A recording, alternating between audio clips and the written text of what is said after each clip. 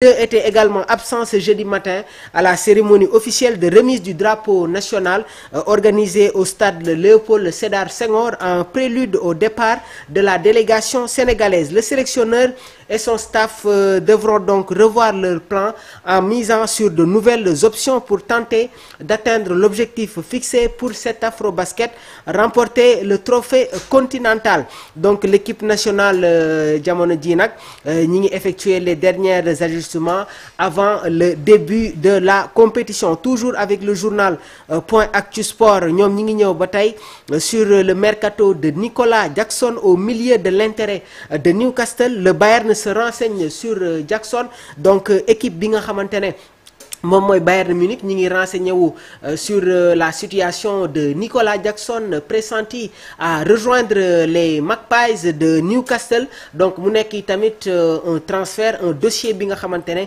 ñi ngi leen koy toppal depuis le début. Il y a des discussions très avancées même concernant Nicolas Jackson, sa situation qui se complique de plus en plus fi nga xamante ne moom mooy Chelsea. Dinañ si yaatal suñu ñëwee sur le mercato des Lions. suñu jugee foofu tamit dañuy dem ci xëtle yéenekaay bii di Tribune Sport déjà ñoom ñi ngi xëyee ci décision bi nga xamante ne le sous-préfet jël na ko en mettant fin à la pagaille. Donc navétane, séance de vandalisme après le match Mengen ak Tongo. Donc les violences ont éclaté aux abords du terrain et se sont propagées vers le marché de Yoff. De nombreux blessés enregistrés, waaye tamit am na benn ndaw bu am 13 ans victime d'une fracture au doigt. Donc mu nekk tamit des scènes de violence yi nga xamante ne rafetlu wuñ ko dans le milieu sportif.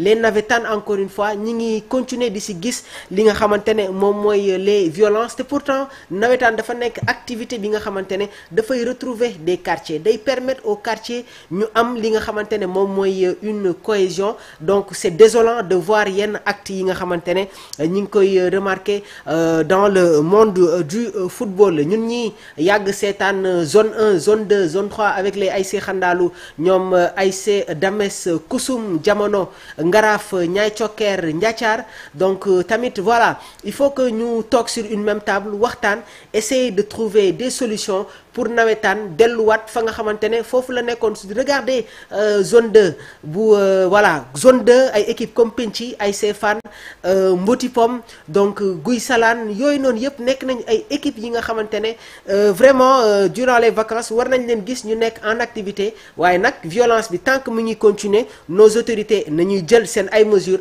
waaye tamit di teg ay sanctions sévères à ces personnalités yi nga xamante ne dañuy indi des violences ci yile stade. Toujours avec Tribune Sport, le compte à rebours est lancé. L'Afrobasket 2025, les Lions connaissent désormais leur programme dans le groupe D. Place au journal Record, ñoom ñi ngi ñëw déjà ci jongante bi nga xamante ne ñi ngi koy waaj ficeler, le combat royal presque ficelé entre Modou Lo ak Sa Thiès. Donc voilà, après avoir subi 2 défaites devant Balla Gaye numéro 2, Modou Lo est sur le point de décrocher un 3e combat contre un fils de Double Less muy Sa Thiès bi nga xamante ne lors de sa dernière sortie moom moo daan le lutteur de Grand Yoff muy Zarko. li moo ko permettre tey jii vraiment mu hissé wu sur l'arène sénégalaise. Donc jamono ji nag ñi ngi waaj a taxawal digganteem moom ak le roi des arènes Modou Lo. Attention à Sa Thiès qui est dans une très grande forme,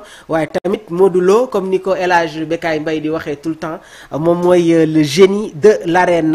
Afrobasket masculine, donc voilà, liste des 12 lions, 9 bleus et 3 rescapés pour mettre fin à la 17. Autre information bi nga xamante ne tamit dafay concerner le journal bi di Record muy Pathé Mboup est un attaquant clé ci équipe bi di Pau FC, évoluant principalement comme ailier gauche. Donc lors de la saison 2024-2025 en Ligue 2 jot na football lu toll ci 32 matchs, marqué 9 buts et délivré 3 passes décisives, ce qui confirme son rôle important dans l'équipe. Donc jamono ji nag il est considéré comme des meilleures révélations majeures du club et un joueur en pleine progression. Pathé Mboup est né le 19 octobre 2003. Il mesure 1,75 m et sous contrat avec Pau FC jusqu'en 2027. Son profil nag day montrer une participation active dans le jeu avec un bon taux de duel aérien remporté 63% et une implication défensive notable. Pau FC nag nekk na club boo xamante ne mi ngi évoluer en Ligue 2 française avec une organisation bien établie pour la saison 2025-2026 sous l'entraîneur Nicolas Oussey. Donc suñu waxee ci Pau FC suñu xel tamit day dem ci l'ancien joueur de l'ASC Penty muy Pape Abdou, donc Abdou Ndiaye moom i tamit nekkoon ancien joueur bu Penty. Voilà, fa la jóge tamit dem football en Ligue 2 française. En résumé, Pathé Mboup est un attaquant prometteur et une figure montante du Pau FC en Ligue 2, présent en force dans le dispositif offensif. Quand on parle de l'ASC Penty suñu xel tamit day dem ci Alassane Ndao, nekkoon ni tamit ancien joueur de Dakar Sacré-Cœur laata muy dem dans le championnat turc. Jotoon nañ ko sax convoqué une fois en équipe nationale du Sénégal et on espère le revoir dans la tanière. Moom i tamit mu nekk un très bon milieu offensif, excentré, capable de jouer sur les deux côtés, palette technique. Donc un salut à Alassane Ndao. Place au journal Marca. ñoom i tamit ñi ngi ñëw sur le Ballon d'Or. Déjà il y a le titre central, Ballon d'Oro s'affiche en très grand caractère jaune au centre, référence au prestigieux trophée du Ballon d'Or. Il y a le visuel au centre, gis ngeen une grande image du Ballon d'Or entouré de portraits de joueurs espagnols et voilà qui seront les protagonistes lors du gala du 22 septembre. Donc gis ngeen des joueurs comme Lamine Yamal, Pedri, Fabian Ruiz ak Luis Enrique nekk tamit entraîneur du Paris Saint-Germain. Donc ce sont les nominés espagnols ñi nga xamante ne ñoom ñoo nekk dans la une de Marca. Lamine Yamal, voilà la jeune pépite catalane ak ki nga xamante ne nag moom mooy Pedri nekk milieu de terrain ci équipe bi di FC Barcelone. Fabian Ruiz nekk international de la Roja di football ci équipe bi nga xamante ne moom mooy Paris Saint-Germain ak son entraîneur, l'ancien entraîneur du FC Barcelone ak muy Luis Enrique. De l'autre côté aussi sur les dames yéen a ngi gis Mariona, Aitana, Esther, Claudio Pina, Patri Guijaro ak Aldaya. Mu nekk tamit un encart précise 10 Espagnols protagonistes au gala du 22 septembre. Waaye tamit il y a un encadré qui met l'accent sur Lamine Yamal, présenté comme la grande chance hispanique pour succéder à Rodri. Donc Rodri bi nga xamante ne moom moo remporté woon le Ballon d'Or, moom i tamit mu nekk un international espagnol. Donc est-ce que beneen espagnol mooy ñëwaat succéder à Rodri? Loolu la Marca posé tey ci bile unam. waaye lu ñu leen mën a wax, sa position de favori est très important. waaye tamit y a un duel de l'autre côté. Duel bi diggante moom ak Ousmane Dembélé. démb maa ngi leen ko doon wax, le Paris Saint-Germain a été pour la première fois vainqueur de la Ligue des Champions.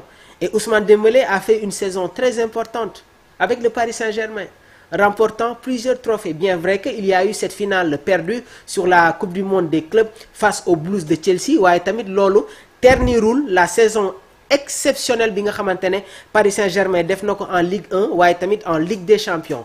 Question bi ma leen di posé waat, qu'est-ce qui va déterminer, lan mooy déterminer tey jii duel bu am diggante Ousmane Dembélé ak Lamine Yamal? Donc démb jox naa leen la liste des nominés pour le Ballon d'Or. waaye il y a deux joueurs qui se remarquent actuellement, muy Lamine Yamal ak Ousmane Dembélé. Donc kan ngeen jàpp ne que moom moo war a nekk le Ballon d'Or succédant à Rodri? Il y a aussi toujours sur le journal Marca, Gonzalo suñ ko waxee day dem ci Gonzalo Garcia, nekk attaquant ci équipe bi di Real de Madrid. moom i tamit il a fait un tournant exceptionnel avec le Real de Madrid dans cette Coupe du Monde des clubs, de nombreuses fois buteur, waaye tamit une place de titulaire qui se dessine. Et gis ngeen le Real de Madrid ñu bëri yaakaaroon nañ ne